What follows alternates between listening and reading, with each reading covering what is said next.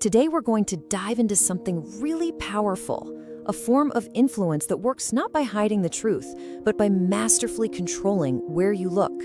Let's just get right into it. Let's start with this, because it really gets to the heart of it all. You aren't being lied to, you are being trained to look at the wrong part of the room. You know, we all think deception is about hiding the truth, right? But what we're talking about today is different.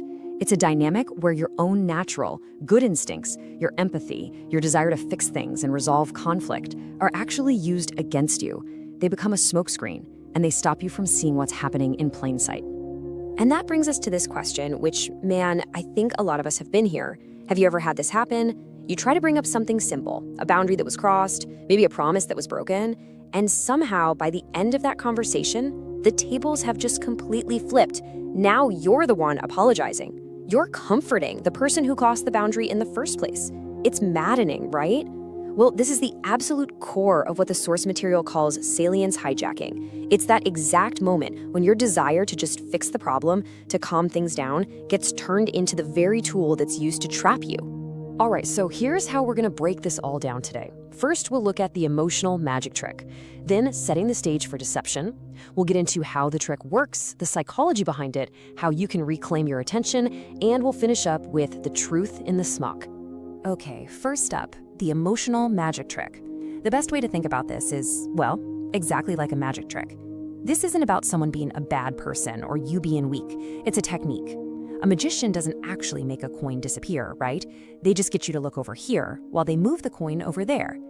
That's exactly the principle we're talking about, but it's being used with your emotions and your focus.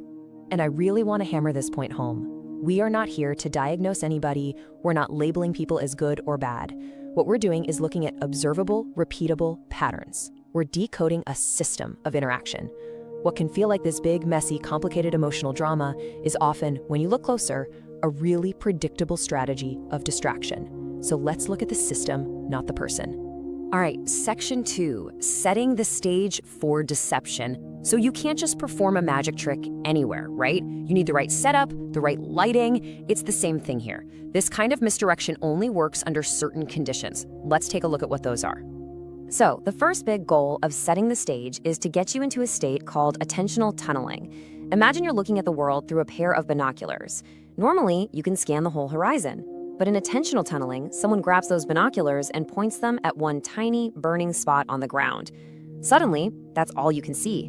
Your focus just narrows to this one manufactured crisis, and you completely miss the big picture. You stop observing everything, and you just start reacting to that one spot. And believe me, this isn't just about romantic relationships. This pattern pops up everywhere. At work, you might see a fake emergency get everyone scrambling right before an unpopular policy gets pushed through. In families, oh yeah, you might see one person get scapegoated over and over for small stuff because it distracts everyone from a much bigger hidden problem. And in a romantic relationship, one partner might constantly create drama just to drain the other's social battery, leaving them with zero energy to actually question what's going on. And this is the shift that happens inside of you. It's a move from active observation, where you're in the driver's seat, you choose what to look at, you hold on to your own priorities, to passive reaction. This is where you're just being pulled toward whatever's making the most noise. You drop what you care about just to make the yelling stop. You literally go from being a sovereign individual to, well, what the source calls a managed subject. Someone else is managing your attention. Now, when this happens over and over, something really corrosive starts to take place. It's called evaluative distortion. This is where you actually start to doubt your own sanity, your own perceptions. You'll see a red flag, clear as day, but then this little voice in your head goes, oh, maybe I'm being cruel for noticing that. Or, you know what, now it's not the right time to bring it up. You literally start policing your own awareness. You start to feel guilty for just being observant. That's a powerful, powerful form of control. Okay, so the stage is set. You understand the environment. Now for the main event. Let's look at the trick itself, the repeatable 3-step pattern that makes this whole thing work. This is the engine. Here it is, the 3-step dance. Step 1, the loud diversion. You bring up an issue and boom, they respond with some huge, unrelated emotional grievance. Step 2 is the attentional pivot. This is where the tears, the rage, the panic attack comes out. What's called an amygdala hijack. Your brain is hardwired to want to fix that. So you pivot. You completely drop your point to go play peacemaker. And that leads to step 3, thematic erasure. You abandon your original topic to stop the chaos, and then, and this is the genius part, your retreat is used as proof that you never really cared in the first place. And when that 3-step process happens over and over and over again, it causes what's called narrative drift. Think of it like your brain is being retrained. The healthy thing to do, holding on to the thread of a conversation, starts to feel like you're being obsessive or mean. And the unhealthy thing, following the diversion, dropping your own needs, starts to feel like you're being a good, supportive person. Your entire compass gets slowly twisted around. Okay, let's get into the psychology of this. Why does this work so darn well, and why do so many smart, caring, empathetic people fall for it? It's a really interesting mix of a cognitive blind spot we all have and a social drive that's really strong in a lot of us. You might have heard of this famous experiment. People were asked to watch a video and count how many times a basketball was passed. While they were busy counting, a person in a full-on gorilla suit walks right through the middle of the screen, beats their chest, and walks off. And guess what?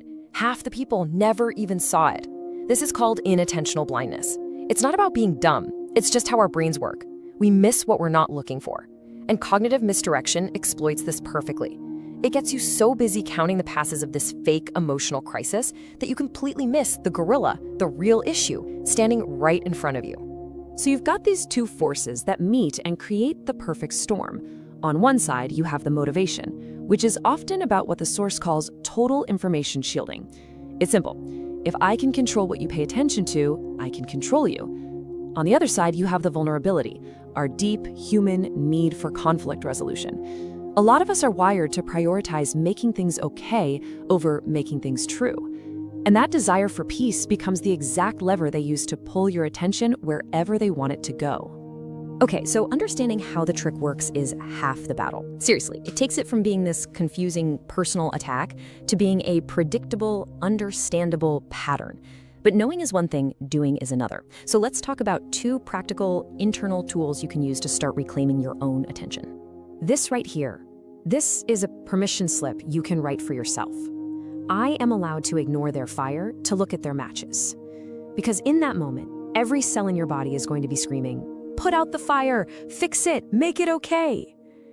This little sentence gives you permission to just pause, to step back from the heat and calmly ask, wait a minute, who's holding the matches here?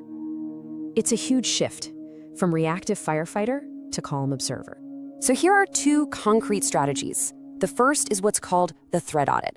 This is something you do after the conversation. Just ask yourself, did the question I asked at the beginning ever actually get an answer? You'll start to see just how often urgency is used as a smokescreen. The second tool is topic persistence. This one's a little more active, but it's not aggressive.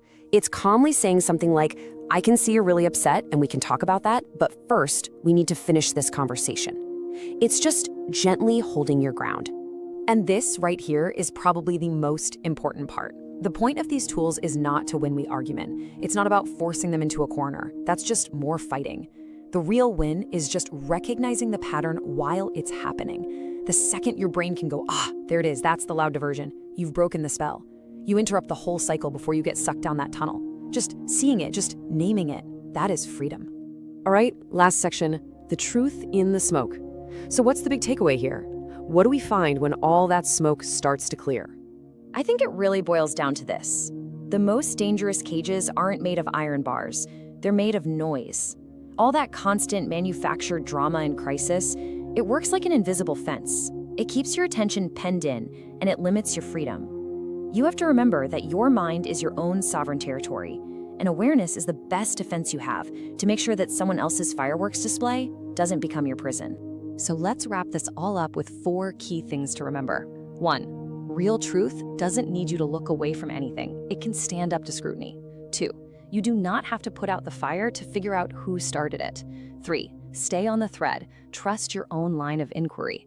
And 4. Hold your ground. Your attention is your most valuable asset. Protect it. That's how you move from that attentional tunneling back to what we can call attentional integrity. And we're gonna leave you with this one last thought to carry with you. If the room is suddenly on fire, look at what they are hiding in the smoke. So the next time a simple conversation suddenly turns into a massive 5-alarm blaze, just take a breath. And before you run for the fire extinguisher, ask yourself one simple question. What is all this smoke really trying to hide? Because almost always, the biggest distractions are there to cover up the simplest truths.